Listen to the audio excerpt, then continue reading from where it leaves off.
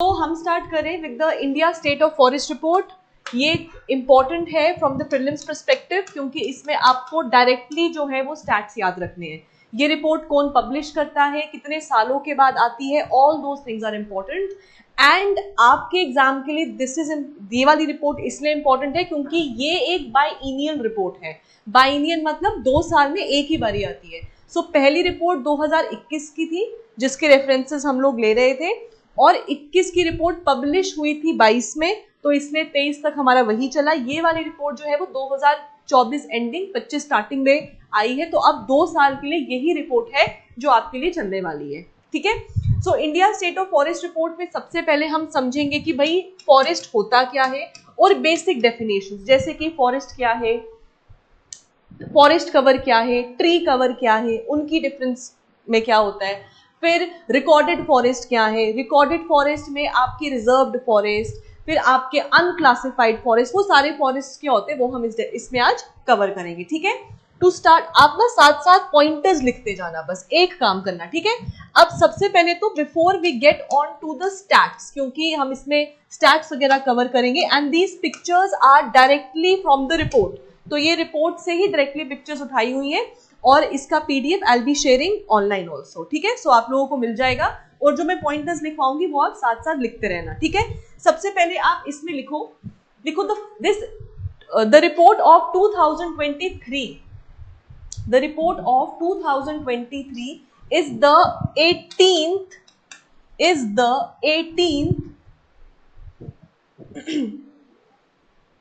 report, is the 18th report published by Forest Survey of India, published by Forest Survey of India. Where is Forest Survey of India? It is in Dehradun, Dehradun में है ये। ठीक है, right, and which ministry? Obviously ministry of environment, forest and climate change, इस ministry के under आता है। और रिपोर्ट पब्लिश कौन करता है? रिपोर्ट पब्लिश करता है फॉरेस्ट सर्वे ऑफ इंडिया। ठीक है, जिसका headquarters are at Dehradun. Next point लिखो, it is a biennial report, it is a biennial report, मतलब once in 2 years, once in 2 years, once in 2 years, 2 सालों में एक ही बार ये रिपोर्ट आती है। और ये कब से पब्लिश हो रही है? सिंस 1987। तो पहली रिपोर्ट 1987 में आई थी एंड एवर सिंस ये रिपोर्ट आती जा रही है। So first report was in 1987।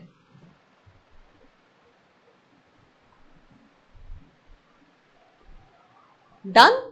Next point लिखो, according to ISFR, according to ISFR 2021, according to ISFR 2021, ये मैं आपको पुराने स्टैट्स बता रही हूं।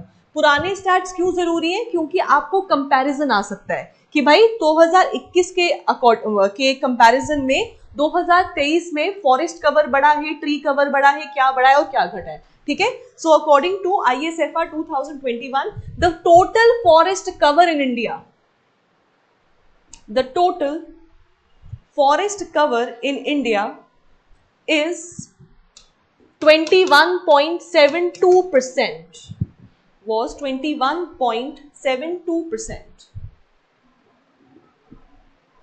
Done. And this is the forest cover, and the total forest cover plus tree cover, forest cover and tree cover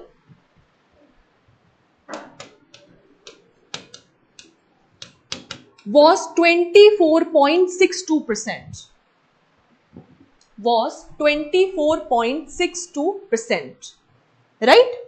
Next point, India has not achieved its target. India has not achieved its target. Right? Now you need to understand. अब है क्या?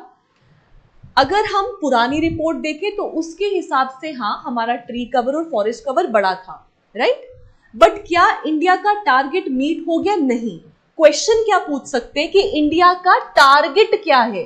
तो India का target है 33% achieve करना, या फिर 1/3 of the total land area. India का ये टारगेट है, राइट? और इंडिया ने ये टारगेट कहां बताया है? तो अपनी नेशनल फॉरेस्ट पॉलिसी में बताया है। नेशनल फॉरेस्ट पॉलिसी, ये रिपोर्ट शुरू हुई है 1987 में, फॉरेस्ट पॉलिसी है 1988 का। So forest policy is 1988 and according to that India ने सेट किया है target 1/3 of the total land या फिर 33% हमारा होना चाहिए। तो क्वेश्चन आए, क्या फॉरेस्ट और ट्री कवर बढ़ा? हाँ बढ़ा। क्या टारगेट अचीव हुआ? नहीं, टारगेट अभी तक हमारा अचीव नहीं हुआ है। ठीक है, अब इसमें आती है आपकी बेसिक डेफिनेशंस। ठीक है, सबसे पहले तो विल अंडरस्टैंड। अब देखो ये जो आप देख रहे हो, दिस इज 2023। अब लिखो ISFR 2023, ISFR 2023। उसमें हमारा फॉरेस्ट कवर कितना है? 21.76। पहले कितना था? 72, राइट? पहले 72 था, 76 हो गया। सो फॉरेस्ट कवर कितना है हमारा? 21.76, राइट? और हमारा ट्री कवर कितना है? 3.41%। ट्री कवर कितना है हमारा? 3.41%। और जब आप इन दोनों को जोड़ दोगे तो आपका क्या बन जाएगा? Total forest and tree cover. ठीक है, तो वो आ जाएगा हमारा total forest and tree cover.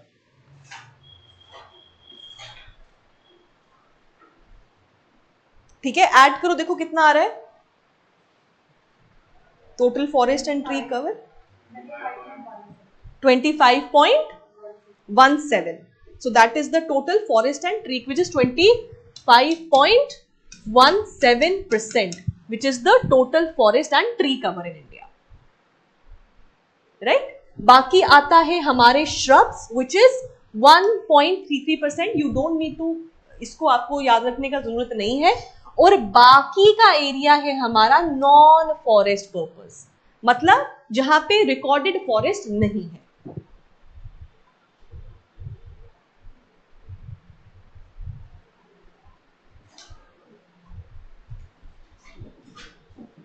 Done. सो सबसे पहले तो आपको यही वाले स्टैट्स जो है वो याद रखना है, मैक्सिमम क्वेश्चन इसी में ही पूछा जाएगा, राइट?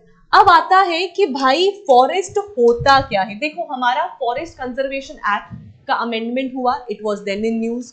हमारे कैंपा एक्ट का, खैर उसका तो अमेंडमेंट बहुत पहले ही हो गया था, राइट? वो आ गया आपका। फॉरेस्ट राइट एक्ट्स के चलते चीजें आती हैं। सो और इस रिपोर्ट में ना इन्होंने बहुत सी टेक्निक्स को, मेथड्स को मतलब अच्छा भी बताया है, कुछ नेशनल पार्क्स की अच्छी बातें भी इन्होंने बताई हैं। So all the points will be covered in the report. ठीक है, अब वो बोलते हैं कि फॉरेस्ट की डेफिनेशन क्या है, राइट? हम बात कर रहे हैं फॉरेस्ट कवर का। फॉरेस्ट कवर की डेफिनेशन है जहां पर पेड़ हो। पेड़ कितने हो? जहां पर क्राउन कवर, पेपर में क्राउन कवर पूछेंगे या कैनोपी पूछेंगे? कैनोपी कितनी हो? 10 to 30%। अभी शांत सब सुन लो पहले बात, राइट? 10 to 30%, right? ये है अकॉर्डिंग टू क्योटो प्रोटोकॉल।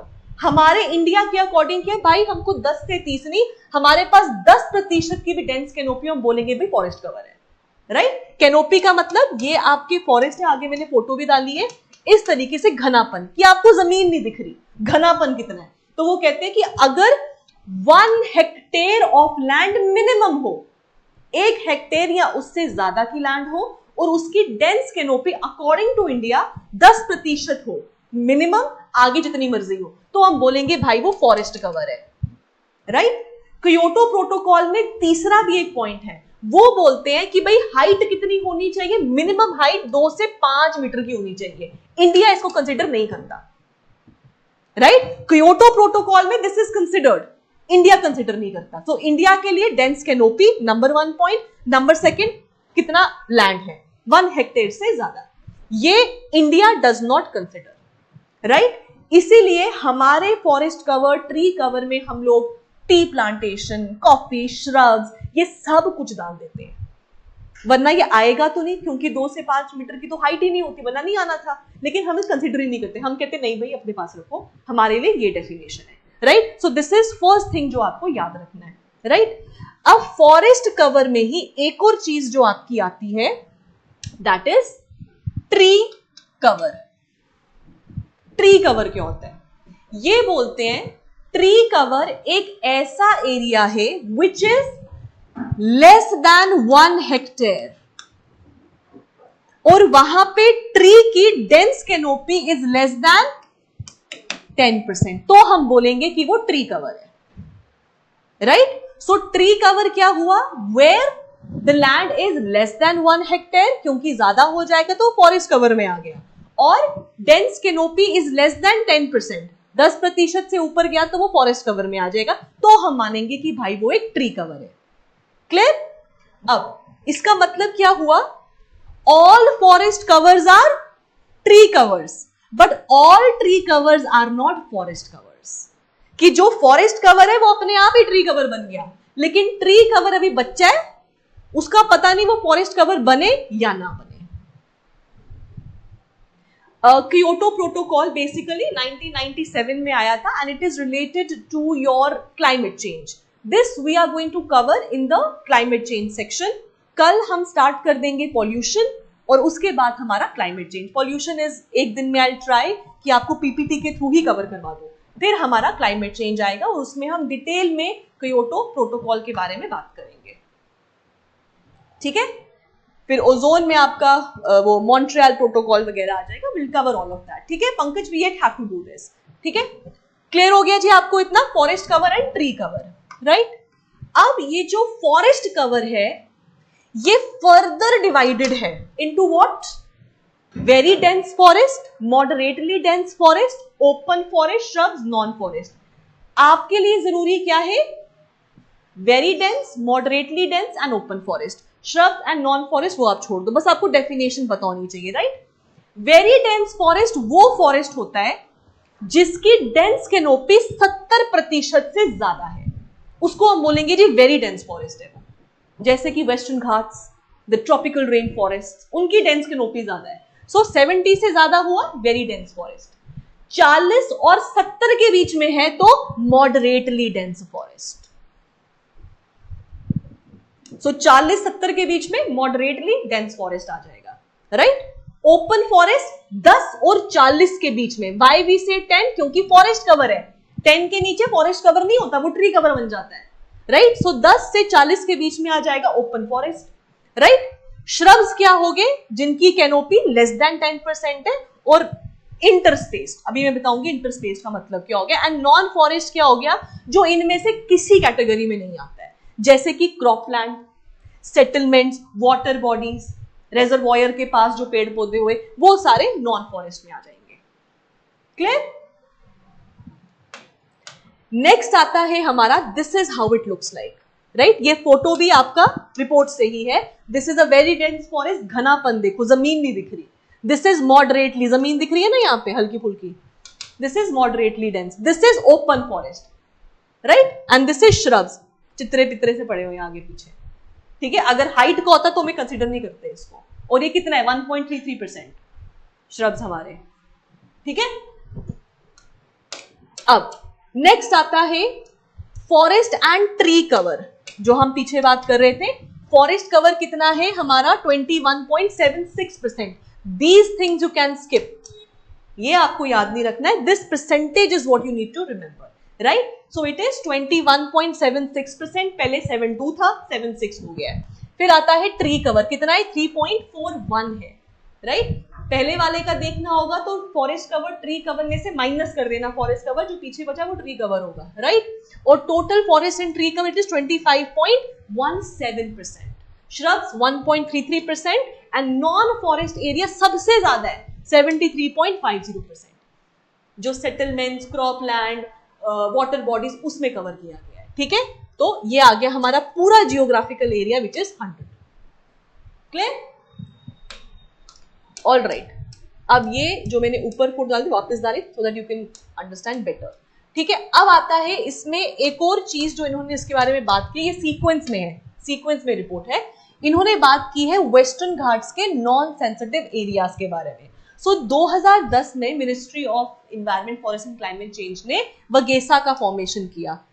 अच्छा ये आगे आएगा वगेसा, ठीक है। This is western Ghat ecology expert panel बनाया, और जब उन्होंने मतलब it is like what I wanted to tell you was कि रेकमेंड किया 37% ऑफ द वेस्टर्न घाट्स को क्या डिक्लेयर कर दो, इको सेंसिटिव जोन्स। कौन सी रिपोर्ट है, कौन सी कमिटी रिपोर्ट ने रेकमेंड किया 37%? गडगिल या कस्तूरी रंगन? राइट, सो उस कमिटी रिपोर्ट ने कहा था कि भाई 37% ऑफ द एरिया को आप इको सेंसिटिव जोन डिक्लेयर कर दो। और इको सेंसिटिव जोन कौन से एक्ट में आते हैं? इन्वायरमेंट प्रोटेक्शन एक्ट 1986 में आते हैं, याद रखिएगा। So eco sensitive zones are declared under this act, ठीक है। 37% बोला, और अक्रॉस 6 स्टेट्स कौन कौन सी है? Kerala, Tamil Nadu, Goa, Karnataka, Maharashtra and Gujarat, right? And why they need to be declared as eco-sensitive zones? Because they have high biological richness, they have low forest fragmentation, कटाई कम है, लो population density वहां रिजाइड करती है, एग्जिस्टिंग प्रोटेक्टेड एरियाज बड़े ज्यादा है, national parks, wild life sanctuaries, tiger reserves, tiger elephant corridors, ये बड़े सारे हैं, ठीक है। अच्छा आपका नाम राशि, मुस्कान, मुस्कान मुझे बताओ कितने एलिफेंट कॉरिडोर रिजर्व्स हैं इंडिया में? How many are the elephant reserves in India? Online students, anybody who can answer?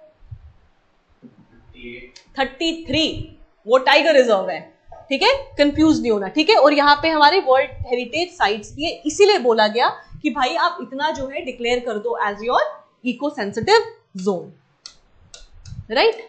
अब इसमें एक को चीज उन्होंने बताई कि भाई शिफ्टिंग कल्टीवेशन की वजह से, which is zoom cultivation in Assam, उसकी वजह से फॉरेस्ट कवर डिक्रीज होता जा रहा है, और ये प्राइमरीली कहां पे होता है? That is in the north east region. तो यहां पे इन्होंने असम का एक फिगर दिखा के बोला है कि there has been a decrease in the forest cover due to jhum cultivation, ठीक है। और शिफ्टिंग कल्टीवेशन को ही नॉर्थ ईस्ट में जुम कल्टीवेशन कहते हैं, ठीक है।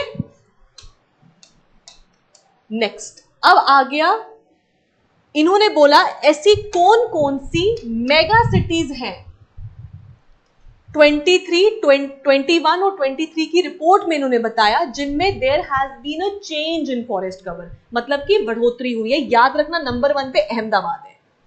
सो 21 के अकॉर्डिंग कौन सी मेगा सिटीज में इंक्रीज देखा गया है? It is Ahmedabad, followed by Bengaluru, followed by Chennai, followed by Delhi. पहले की 3 भी याद रखोगे सफिशिएंट है। So it is ABC, Ahmedabad, Bangalore, Chennai, ये 3 मेगा सिटीज हैं जहां पर there has been a change, ठीक है। एक पॉइंट आप लिख लीजिए, इसमें ऐड कर लो, इंडिया, ठीक है, लिख लो इंडिया। हाँ वेरी गुड रुखसाना, 33, एक्सीलेंट, ठीक है। लिखो India stands on 10th rank globally, on 10th rank globally in forest area.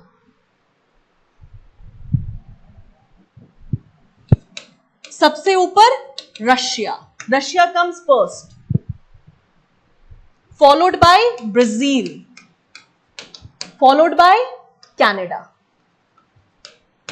Followed by Canada, फिर आपका यूएस है, फिर चाइना है, एंड इंडिया कम्स 10th।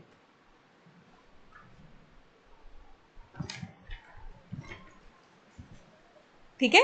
और अगर आप घर पे अपने देखोगे ना कि अगर आपको भी ये पढ़ना होगा एक्ट वगैरह, तो इसके 2 वॉल्यूम्स है, आपको वॉल्यूम 1 पढ़ना है, वॉल्यूम 2 पढ़ने का आपको जरूरत नहीं है, वॉल्यूम 1 पढ़िएगा, ठीक है। वॉल्यूम 2 में भी सेम ही चीज लिखी हुई है, बट ये थोड़ा इलेबोरेटेड फॉर्म में, जो which is not important from an exam perspective, ठीक है। सो अहमदाबाद, बैंगलोर, चेन्नई, राइट। नेक्स्ट ये बताते हैं जो 3rd चैप्टर है, that is on mangrove cover, but before we get on to it, right some pointers, right some pointers, ठीक है। ठीक है, सबसे पहले तो what are recorded forests? Recorded forests, right? Recorded forest क्यों होते हैं? रिकॉर्डेड फॉरेस्ट एक ऐसा फॉरेस्ट एरिया है जो रिकॉर्डेड है ठीक है, रिकॉर्डेड है कहां पे? रेवेन्यू रिकॉर्ड्स में।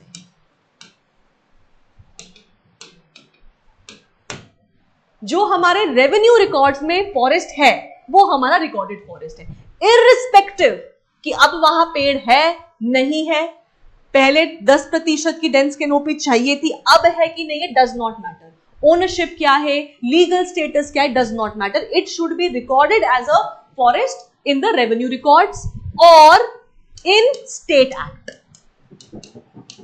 या फिर किसी भी स्टेट एक्ट में अगर वो फॉरेस्ट डिक्लेयर्ड है तो भाई वो हमारे लिए एक रिकॉर्डेड फॉरेस्ट है, राइट? अब रिकॉर्डेड फॉरेस्ट फर्दर 3 में क्लासिफाइड है। कौन कौन से? Number 1 is the reserved forest, वो रिकॉर्डेड था, ये रिजर्व्ड फॉरेस्ट है। दूसरा इज द प्रोटेक्टेड फॉरेस्ट, और तीसरा आता है अनक्लास्ड फॉरेस्ट। अनक्लास्ड फॉरेस्ट ये लिख लीजिए आप, आगे ये 3 में डिवाइडेड है, reserved forest, protected forest and your अनक्लास्ड forest. Done?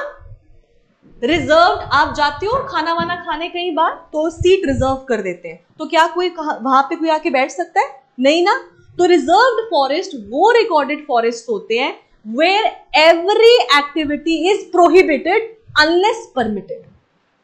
So where all activities are prohibited unless permitted, they are called reserved forest, जिनको रिजर्व कर दिया है, राइट? डन? प्रोटेक्टेड फॉरेस्ट होते हैं where all activities are permitted unless prohibited, जहां पे सब allowed है अनलेस कोई चीज रोकी गई है तो। सो प्रोटेक्टेड में all activities permitted unless prohibited. Done? अब बात आता है ये कौन बताएगा परमिट किसने किया, रोका किसने, प्रोहिबिट किसने किया? तो भाई ये अथॉरिटी है सेंट्रल गवर्नमेंट की, तो सेंट्रल गवर्नमेंट अलाउ करती है इसको। ऑब्वियसली सेंट्रल गवर्नमेंट पूरी नहीं होती, सेंट्रल गवर्नमेंट ही चुनेगी कि भाई ये बताएगा कि यहां पे अलाउ होगा या नहीं होगा। वो डीसीई होता है, वो आईएएस के लेवल का ही बंदा होता है, फॉरेस्ट ऑफिसर जो होगा वही बताएगा, राइट? अब ये राइट किसने दिया? Under forest act 1980, and this is Forest Act 1980.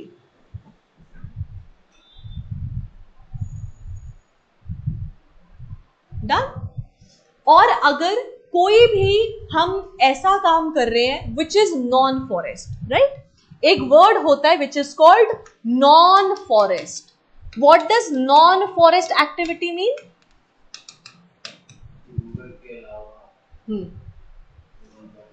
वो तो नॉन फॉरेस्ट प्रोड्यूस हो गया ना, राइट?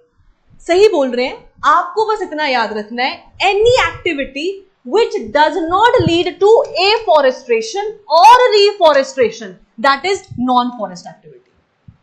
फिर वो कुछ भी हो, जो activity is not leading to afforestation or reforestation, that is a non-forest activity, non-forest purpose, right? और ये कौन बताएगा? अगेन सेंट्रल गवर्नमेंट बताएगी, उसका जो एजेंट होगा वो बताएगा। और ये कहां लिखा गया है? ये फॉरेस्ट एक्ट 1980 में लिखा गया है, राइट? और फिर obviously a number of scrutiny they have to pass through. State government का भी रोल रहता है, स्टेट गवर्नमेंट ही अर्जी लेके जाती है कि भाई ऐसे ऐसे अलाउ करिए, और फिर सेंट्रल गवर्नमेंट इसको अलाउ करेगी। फिर एक कमिटी का फॉर्मेशन होगा, फिर पूरी स्क्रूटनी की जाएगी, end of course the long process goes on, ठीक है? सो आपको ये याद रखना है, क्लियर? अब लिखो FRA, रिकॉर्डेड फॉरेस्ट एरिया, ठीक है? अब लिखो रिकॉर्डेड फॉरेस्ट एरिया, ठीक है? अब इसमें आता है मैक्सिमम किसके पास है? रिकॉर्डेड फॉरेस्ट एरिया ठीक है, अब याद रखिएगा इसमें ट्री कवर अलग से नहीं है, फॉरेस्ट कवर में ही इंक्लूड करके बताया, because forest cover obviously includes the tree cover also, right. So maximum की बात करें, it is Madhya Pradesh and it also has largest national parks also. Very good. So it is Madhya Pradesh. Followed by Maharashtra. Followed by Maharashtra. Followed by Odisha. Followed by Odisha.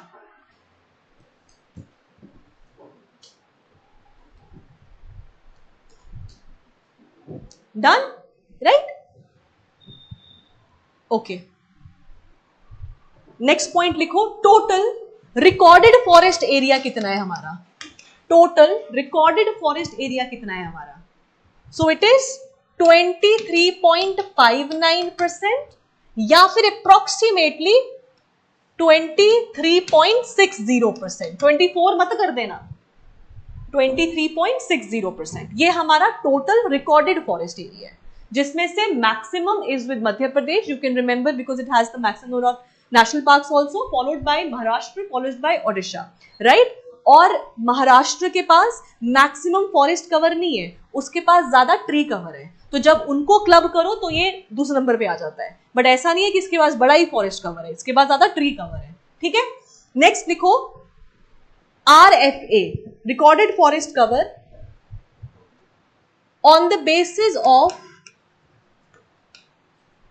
Basis of percentage of area, on the basis of percentage of area. What does percentage of area means? Very good. For example, यहां पे जितने desk लगे हैं, ये घना लग रहा है, यही डेस्क उठाकर हम एक बड़े रूम में रख दें तो वो स्कैटर्ड दिखेंगे, राइट। तो जितना एरिया आपके पास है उसके हिसाब से आपके पास कितना फॉरेस्ट एरिया है, रिकॉर्डेड फॉरेस्ट एरिया है। तो सबसे ऊपर आता है Andaman and Nicobar, which has 86%, and Andamans are in use, the only active volcano of India and Southeast Asia, which is the Barren volcano, Barren Island में है, that has erupted, ठीक है, 2 बारी, 13 सितंबर को भी और 20 सितंबर को भी, ठीक है। So that is one thing also which is in use. It is approximately like 140 or 130 kilometers away from Port Blair, or Port Blair is also now Sri Vijayapuram, right? So number 1 is Andaman and Nicobar. दूसरे number पे सिक्किम, छोटा सा है ना सिक्किम, तो दूसरे number पे आ गया जी आपका सिक्किम, it has 82%। फिर आ गया आपका मणिपुर, फिर आ गया जी मणिपुर, मणिपुर के पास कितना है 78%। डन।